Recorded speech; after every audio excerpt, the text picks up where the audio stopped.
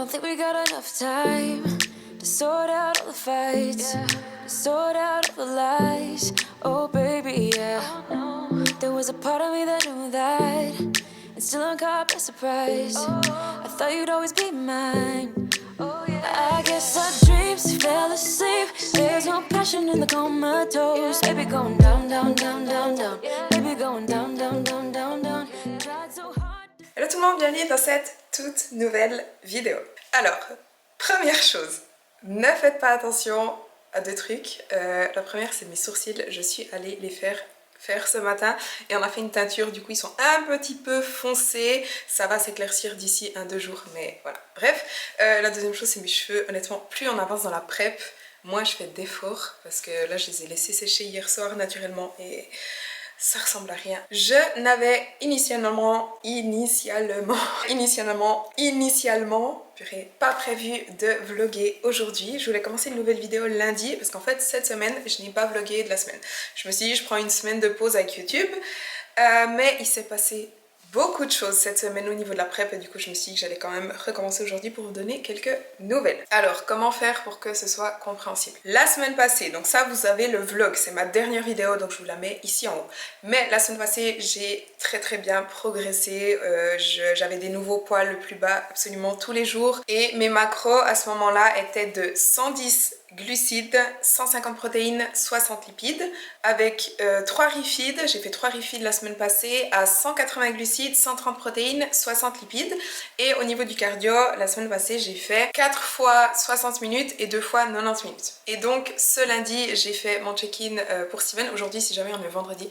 Donc lundi j'ai fait mon check-in avec Steven et je lui ai juste dit dans mon check-in que tout allait bien, je progressais tout ça, mais que j'avais beaucoup de peine à récupérer. C'est vrai que mes performances commencent de diminuer. J'ai beaucoup de courbatures, je me sens, je vous disais dans ma dernière vidéo, je me sens vide, je me sens plate, je me sens un peu, je sens que j'ai plus d'énergie en fait. Et donc qu'est-ce que Steven a fait? Il m'a mis en diet break. Let's recover you. Donc une diet break, c'est quelques jours ou une semaine, voire on peut aller jusqu'à 2 semaines. Alors c'est pas une vraie pause dans le régime, dans le sens on mange tout ce qu'on veut, on n'en a plus rien à foutre, pas du tout, on continue de compter, simplement on a des apports qui sont un petit peu plus hauts, généralement ils sont remontés quasiment à maintenance. Et donc qu'est-ce qu'on fait en général, c'est qu'on augmente les glucides ou un petit peu les lipides et on diminue aussi le cardio. Ça permet de mieux récupérer justement, de diminuer l'inflammation, etc. Donc depuis lundi, j'étais en diet break, donc lundi, mardi, mercredi, jeudi, hier, avec des macros qui étaient donc de 140 glucides, donc 30 grammes de glucides en plus, 150 protéines, 60 lipides. Et mon cardio a diminué, donc je faisais 40 minutes de cardio par jour. We're gonna make increase the carbs. We'll bring them up to 140. So it'll be an extra 30 carbs a day, so extra 120 calories. We'll bring the cardio down to 40 minutes on the steady state sessions. We still have essentially 6 full weeks to diet, and you look goddamn phenomenal. Et hier, j'ai discuté avec Steven et je lui ai dit que... Pourquoi ça me fait ça à chaque fois que je fais une... Et hier, j'ai discuté avec Steven et je disais que voilà, tout allait bien, mais c'est vrai que j'avais un peu faim et que du coup, je dormais mal. Alors, c'est pas vraiment que j'avais faim dans le sens...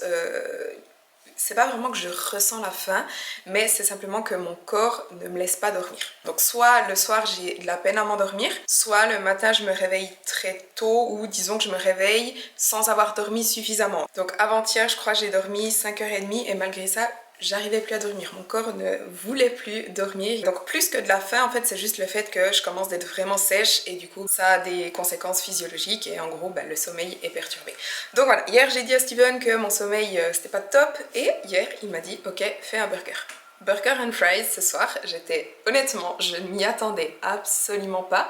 Je pensais juste qu'il allait me dire de continuer la diet break et il m'a dit de toute façon il faut qu'on teste à un moment ou à un autre comment tes muscles se remplissent parce que c'est lors de la peak week, donc la semaine avant le concours, on va devoir faire ça pour recharger, pour que les muscles se remplissent justement et avoir des muscles remplis sur scène.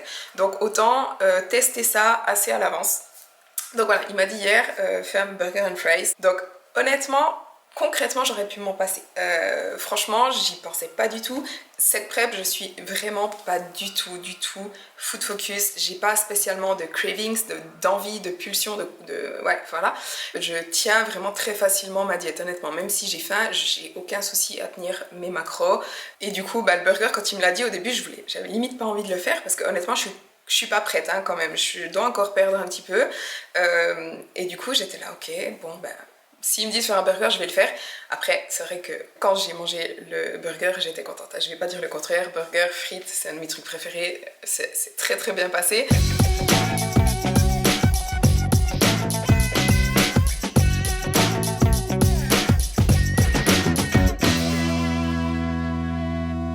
Mais disons que j'aurais pu, honnêtement j'aurais pu tenir sans le faire, voilà c'est ce que je veux dire. Et honnêtement mon physique ce matin est vraiment au top, c'est vrai que mes muscles sont bien remplis, je suis bien tight.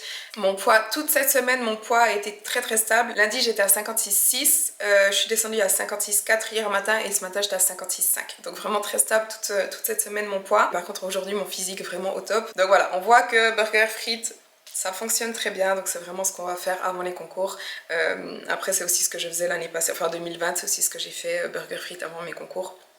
Donc on sait que mon corps réagit bien à ça. Donc ouais, je voulais vous tenir au courant de tout ça. Et du coup, ce matin, j'ai refait un check-in avec Steven pour lui montrer les résultats après le burger. Et à partir d'aujourd'hui, je reprends mes macros de la semaine passée. Donc 110 glucides, 150 protéines, 60 lipides. Donc aujourd'hui et ce week-end. Et lundi, je vais refaire un check-in avec lui. Et je retourne aussi à 1 heure de cardio. Il m'a dit si tu peux pousser à 90 minutes de cardio, vas-y. Donc aujourd'hui, je vais faire 60 minutes parce qu'aujourd'hui, j'ai les jambes. Et je pense que demain, en tout cas, je vais faire 90 minutes de cardio. Et dimanche, on verra si je fais 60 ou 90. Il y a eu beaucoup de changements de cette semaine avec déjà mes 3 jours de refi la semaine passée, après j'ai direct enchaîné sur la diet break, après le burger, etc. Donc là, retour un petit peu à de la stabilité, des macros un peu plus bas pour que je progresse quand même, parce que comme je vous ai dit, je suis pas encore prête, il faut quand même que je perde encore. Et normalement, je devrais être prête un petit peu à l'avance pour qu'on puisse commencer la reverse diet avant le concours. Là, je suis à 6 semaines de mon premier concours, 6 semaines de la Cherou classique en Italie. Je suis à 7 semaines de la M-Pro à Alicante en Espagne. Je suis à 8 semaines du Mr. Big Evolution au Portugal et je suis à 11 semaines de la One Bro Pro à Londres. Sinon, aujourd'hui, donc on est vendredi, là il est 13h30 et je vais aller m'entraîner, je vais faire le bas du corps. Aujourd'hui, j'ai des deadlifts, je devrais avoir un bon entraînement après le burger. Puis il pleut. Donc ouais, vraiment les muscles bien pleins aujourd'hui.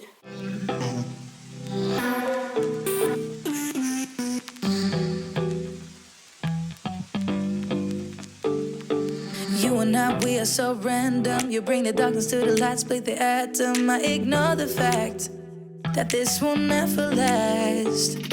Your words come out so soothing that I forget that this thing is confusing. Having such a blast, but don't ask when. Il y a encore un truc que je voulais vous dire. Steven a envoyé une vidéo de mon posing à Daraja et elle m'a fait un retour vidéo, donc je vais vous le mettre maintenant. Quick look at everything, because honestly, her posing is chef's kiss. Gorgeous. So this, where she kind of lifts her elbow up and adjusts her hair, I feel like we could maybe shape-wise adjust that so that it's maybe not so like, here's my armpit kind of thing. Back pose looks good. Don't really think that needs to do any sort of adjusting. Transition here looks great. I do think that this angle of the glutes, I would like to see a little bit more of this other glute here where we see one full one. I think if she angles the hips a little bit further to the back to hit that, she just have more of that curve. Kind of actually how that angle is here, except just in the pose itself. Oh, love that. Obviously, she's a pro. Elle m'a juste donné 2-3 corrections sur 2 transitions, juste pas trop lever mon bras une fois changer un tout petit peu l'angle de mon bassin. Sinon son feedback ça me rassure un peu. Enfin, c'est cool quoi. Avance, putain. I'm a spin, I'm a baller, take a deep breath. I'm a shark, you 7 days a week, I'll be up all night, day and night, day and night. I'm a spin, I'm a baller, take a deep breath. I'm a shark, you 7 days a week, I'll be up all night, day and night, day and night. My life's dope, I wear fancy clothes, I'm a hell of work, I got hell of show. As I'm earning dough, I'ma bring the show. Anywhere I go, Living life to the maximum. All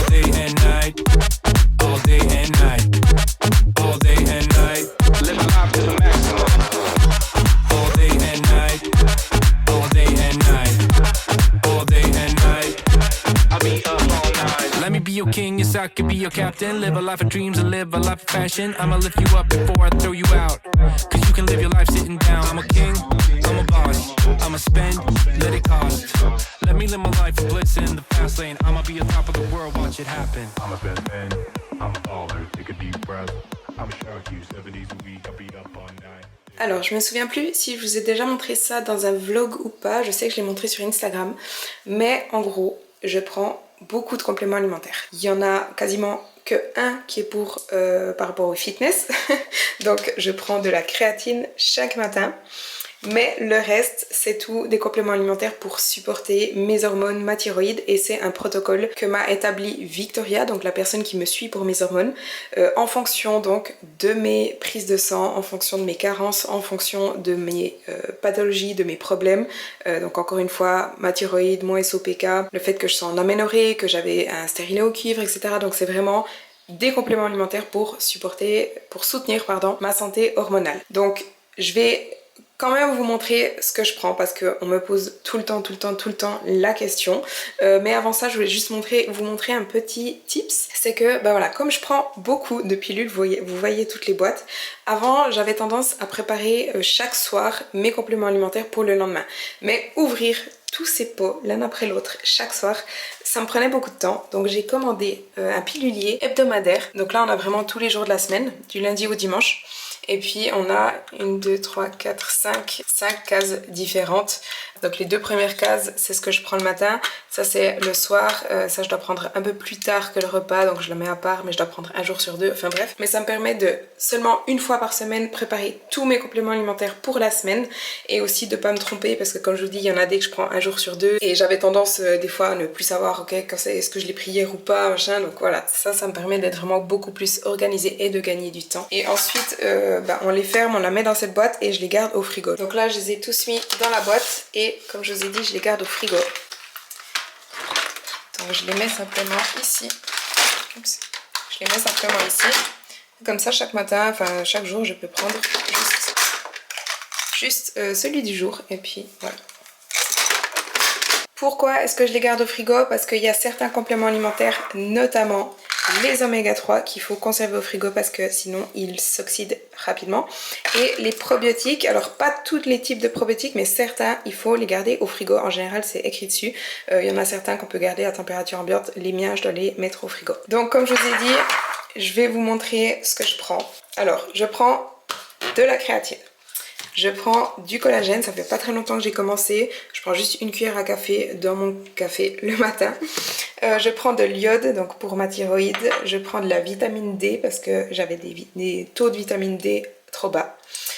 Pour l'assimilation de la vitamine D, je prends de la vitamine K2. Je prends des oméga 3 comme je viens de vous dire. Sinon, je prends du fer parce que mes niveaux de fer étaient assez bas. Pour aider à l'assimilation du fer, je prends de la vitamine C. Elle est liquide celle-ci, donc je dois aussi la garder au frigo.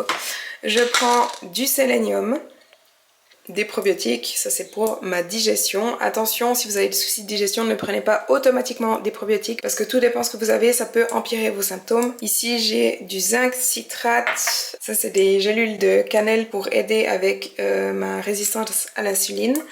Ici j'ai un complexe de vitamine B que je prends avec du TMG. Ici c'est de la vitamine E. Là j'ai encore un complexe de minéraux. Donc il y a du calcium, magnésium, manganèse, sélénium et zinc. Et finalement de la vitamine A. Voilà, donc je me répète, les compléments alimentaires que je prends, c'est vraiment pour soutenir mes hormones et c'est un protocole personnalisé que j'ai eu de Victoria. Et on a implémenté chaque complément alimentaire l'un après l'autre pour tester ma tolérance, non seulement au dosage, à la quantité, mais aussi à la forme. Donc comme par exemple, je vous disais avant, je prends du zinc citrate parce qu'avant on avait essayé une autre forme de zinc que je ne supportais pas du tout. Et faites vraiment attention avec les compléments alimentaires, ne prenez pas n'importe quoi, n'importe comment, prenez-les pour une raison. Et attention aussi parce que même si c'est des compléments alimentaires, ça peut avoir des effets secondaires assez forts. Donc attention avec les compléments alimentaires, ne prenez pas tout ça parce que je prends tout ça. En revanche, ça c'est les 3 compléments alimentaires que je pense tout le monde peut prendre. La créatine, Si vous n'avez pas encore vu mon IGTV sur la créatine, je vous la mets dans la barre de description. Mais ça, c'est vraiment le complément alimentaire que je recommande à tous les pratiquants de fitness. Les oméga 3, honnêtement, tout le monde peut en bénéficier aussi. Et finalement, le collagène, tout le monde peut prendre du collagène aussi. Et d'ailleurs, ce sont les 3 que je prends chez Nutri. Donc si jamais vous avez toujours moins 15% sur tout le site, avec le code Chloé 15 sur le site français et avec le code Chloé sur le site suisse.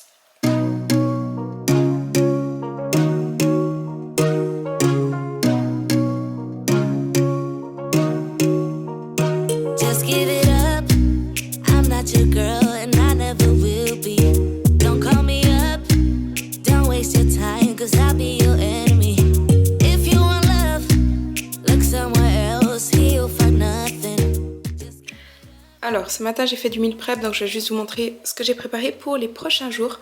Alors ici tout d'abord j'ai des pommes de terre pour mes petits déjeuners. Ensuite là j'ai 4 fois les mêmes repas, donc là il y a du quinoa, du riz de konjac de chez Nutri, du chou-fleur, des choux de Bruxelles et du bouilli de bœuf.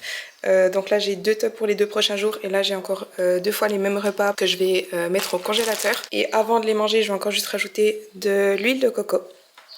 Ici, pour mes déjeuners demain et mardi, je me suis fait des salades de riz. Je mange une salade de riz chaque midi en ce moment. Donc il y a du riz, poulet, tomates, oignons nouveaux, mayonnaise et coconut amino. Et je voulais mettre des épinards mais j'ai oublié d'en racheter, donc tant pis. Et là j'ai encore un reste de poulet pour cette semaine, encore mercredi, jeudi.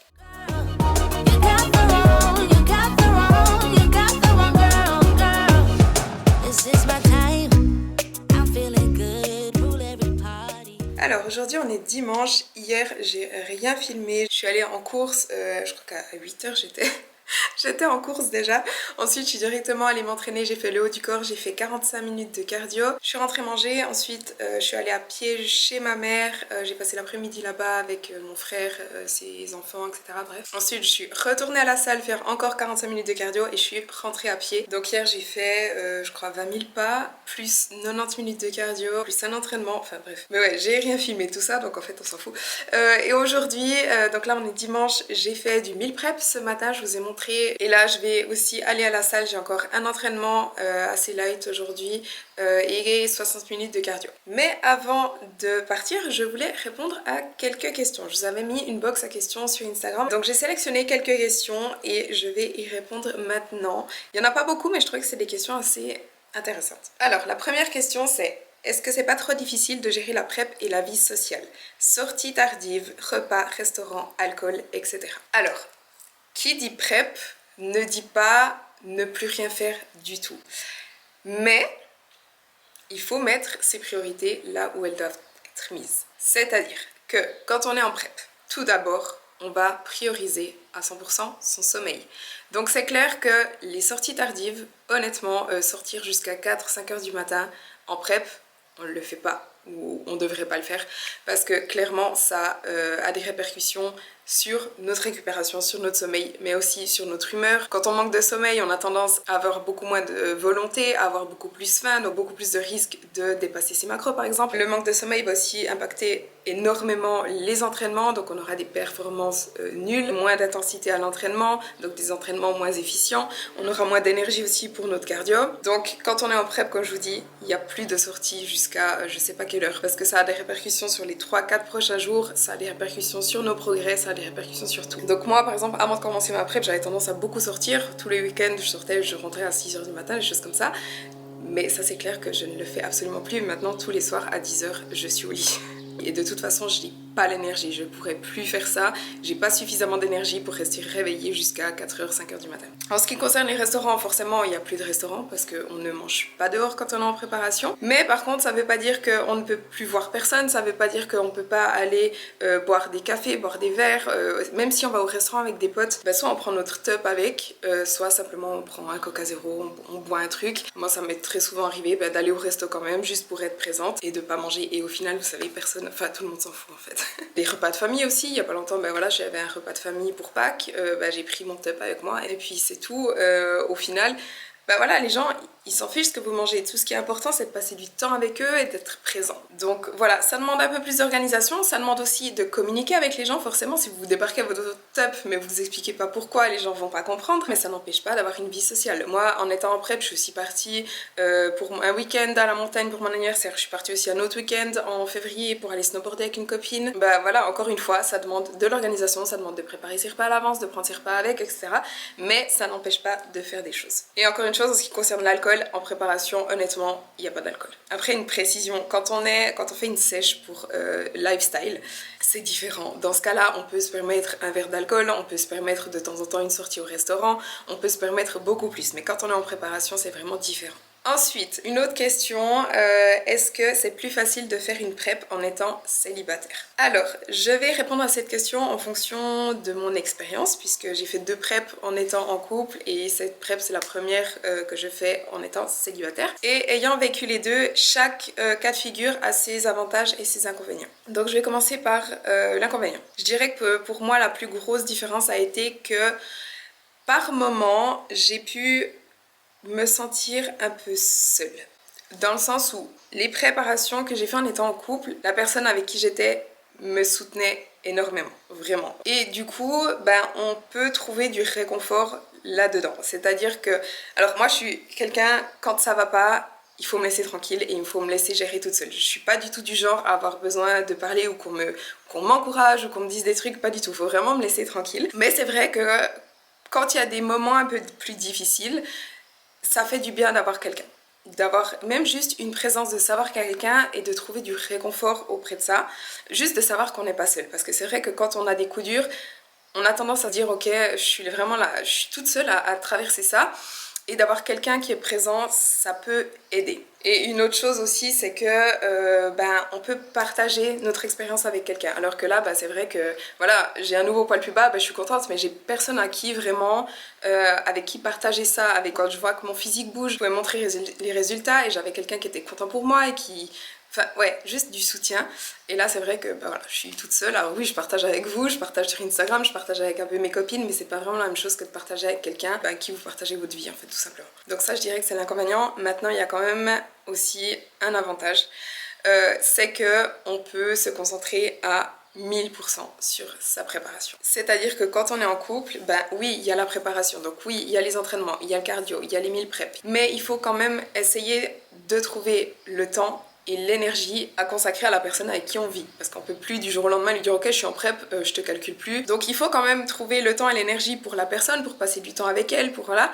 Et c'est vrai que quand on est en prep et qu'on est fatigué et qu'on a tout ça à faire, des fois c'est difficile de trouver le temps ou l'énergie. Et quand on est totalement à plat et qu'on n'arrive pas à donner suffisamment à l'autre, déjà l'autre en souffre un petit peu, mais nous-mêmes on culpabilise beaucoup. Moi ça m'est arrivé de vouloir faire des choses avec la personne, mais au final soit j'avais pas le temps parce que je disais oui on peut aller faire ça, mais voilà, ce matin j'ai mon cardio, cet après-midi j'ai l'entraînement, ce soir j'ai de nouveau du cardio, ou alors au moment où je voulais faire ça avec la personne, j'étais super fatiguée, j'avais pas l'énergie, au final c'était un peu bon, écoute, ça dérange si on reste à la maison finalement. Et c'est vrai que ça, quand on est en couple, c'est pas hyper cool et on culpabilise pas mal. Et en étant célibataire, en fait, ça, honnêtement, ça enlève un poids. Ça enlève vraiment un poids parce qu'on peut se permettre d'être totalement égoïste et de se concentrer uniquement sur la préparation et de pas dépendre de quelqu'un, on dépend juste de nous-mêmes. Ok, là j'ai ma prep, je me concentre à fond sur ça et je dois rien à personne. Encore un autre avantage que je vois, c'est que y a personne qui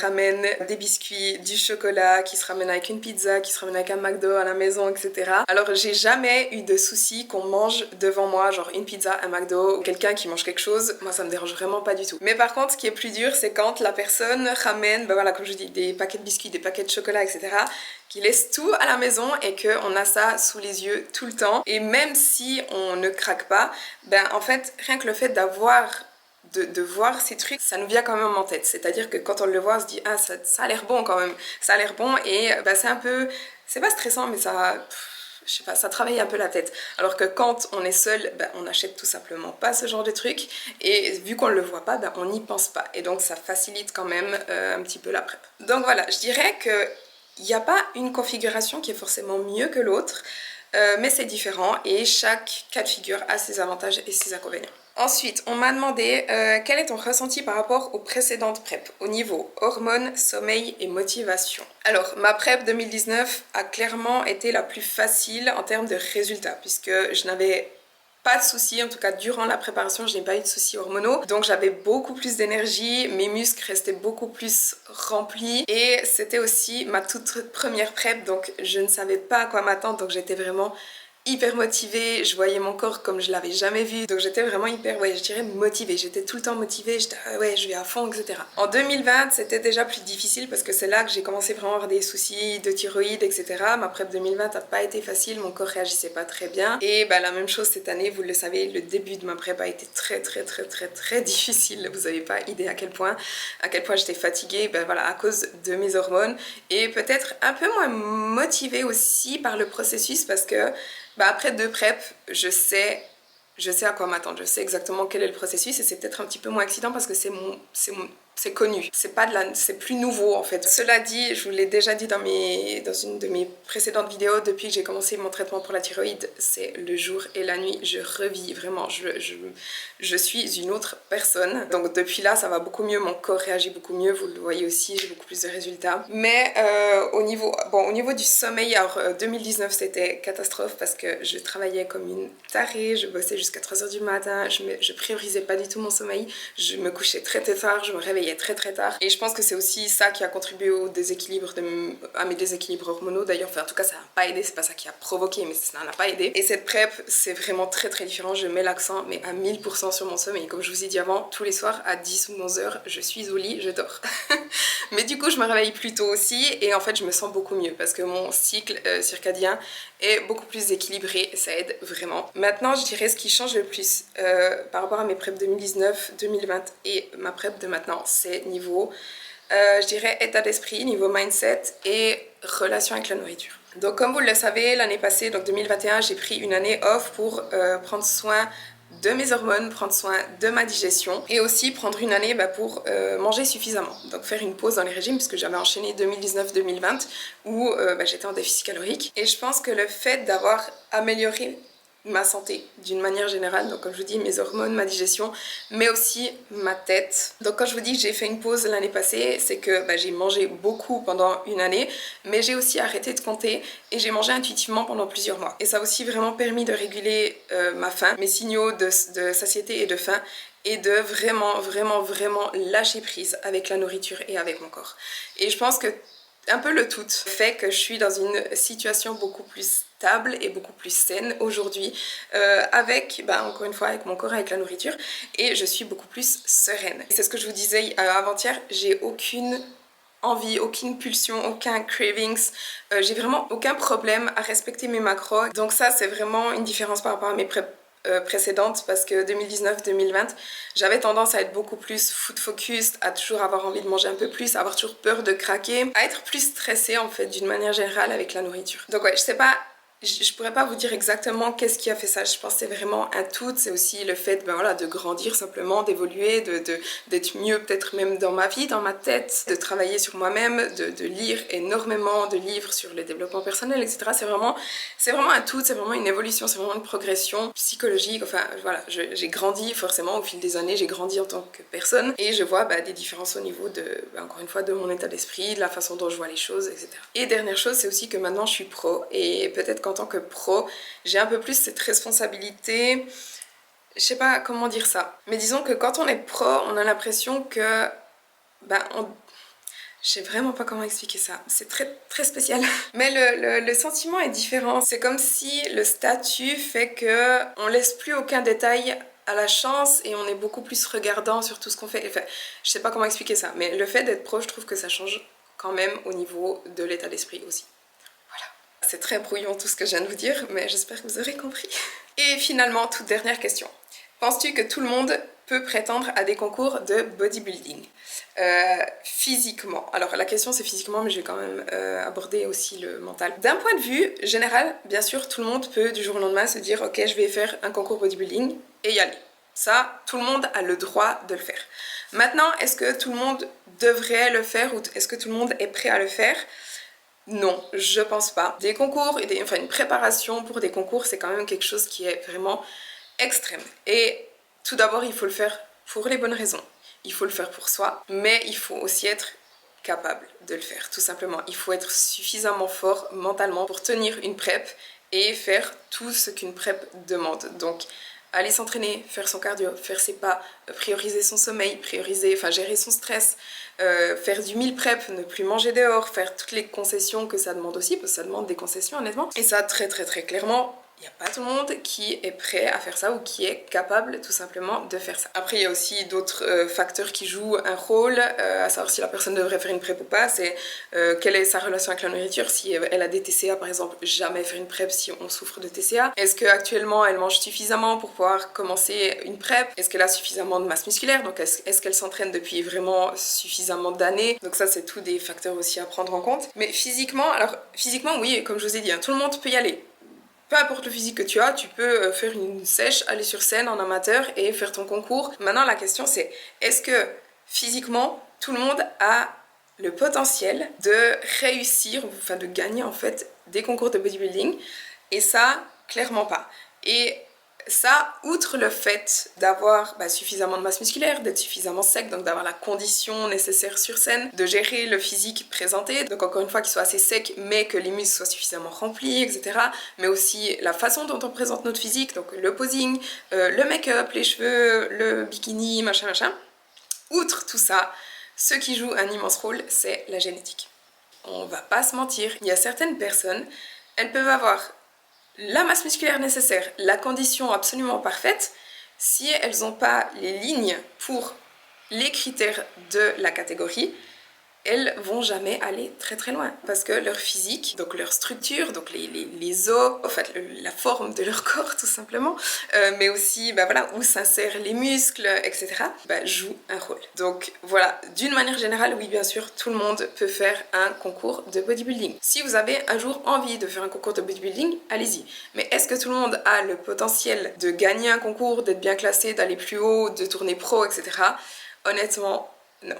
Donc voilà, c'était les quelques questions auxquelles je voulais répondre. Sinon, il est midi, donc je vais aller m'entraîner. Honnêtement, j'ai pas trop envie parce qu'il fait tellement beau aujourd'hui, c'est vraiment l'été. Mais bon, je vais quand même aller faire quelques hip thrusts, 1 heure de cardio, rentrer manger. Et puis, voilà. Finalement, avant d'aller m'entraîner, j'ai juste enregistré une IGTV sur le sodium, sur le sel. C'est quelque chose que je voulais faire depuis très longtemps, alors je me suis motivée. Donc si le sujet vous intéresse, je vous mets le lien dans la barre de description. En fait, j'ai changé d'avis parce qu'il est 13h, j'ai plus mangé depuis 4 heures, depuis 10h ce matin je crois. Du coup, je crois que je vais manger mon déjeuner maintenant, donc une salade de riz, bosser un petit peu du coup, et puis j'irai m'entraîner plus tard. Fin d'après-midi.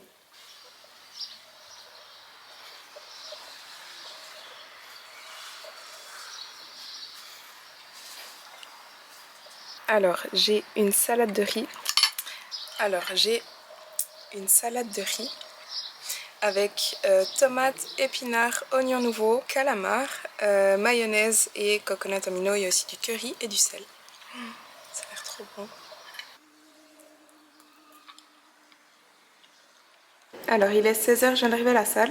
Je vais commencer par faire un petit peu du posing, mais finalement j'ai décidé que j'allais pas m'entraîner aujourd'hui. Parce que donc je devais faire mon dernier entraînement, mais honnêtement il est un petit peu optionnel. Et je crois qu'hier j'en ai fait trop, aujourd'hui je me sens franchement... Je suis un peu molle quoi, donc je vais juste faire du posing, 1 heure de cardio. Parce que demain c'est mon jour de repos, donc comme ça je fais 2 jours de repos de suite. Et comme ça mardi je serai en meilleure forme pour une séance jambes.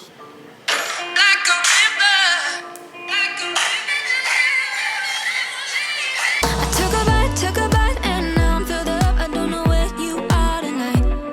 'Cause you're right, I've been starving and now I don't know what to do tonight. But I've been feeling like you're pretty easy to like. When your body is closer to mine, you got me feeling like there's no one other than you who can make me lose my mind. You start me up like no one has ever could.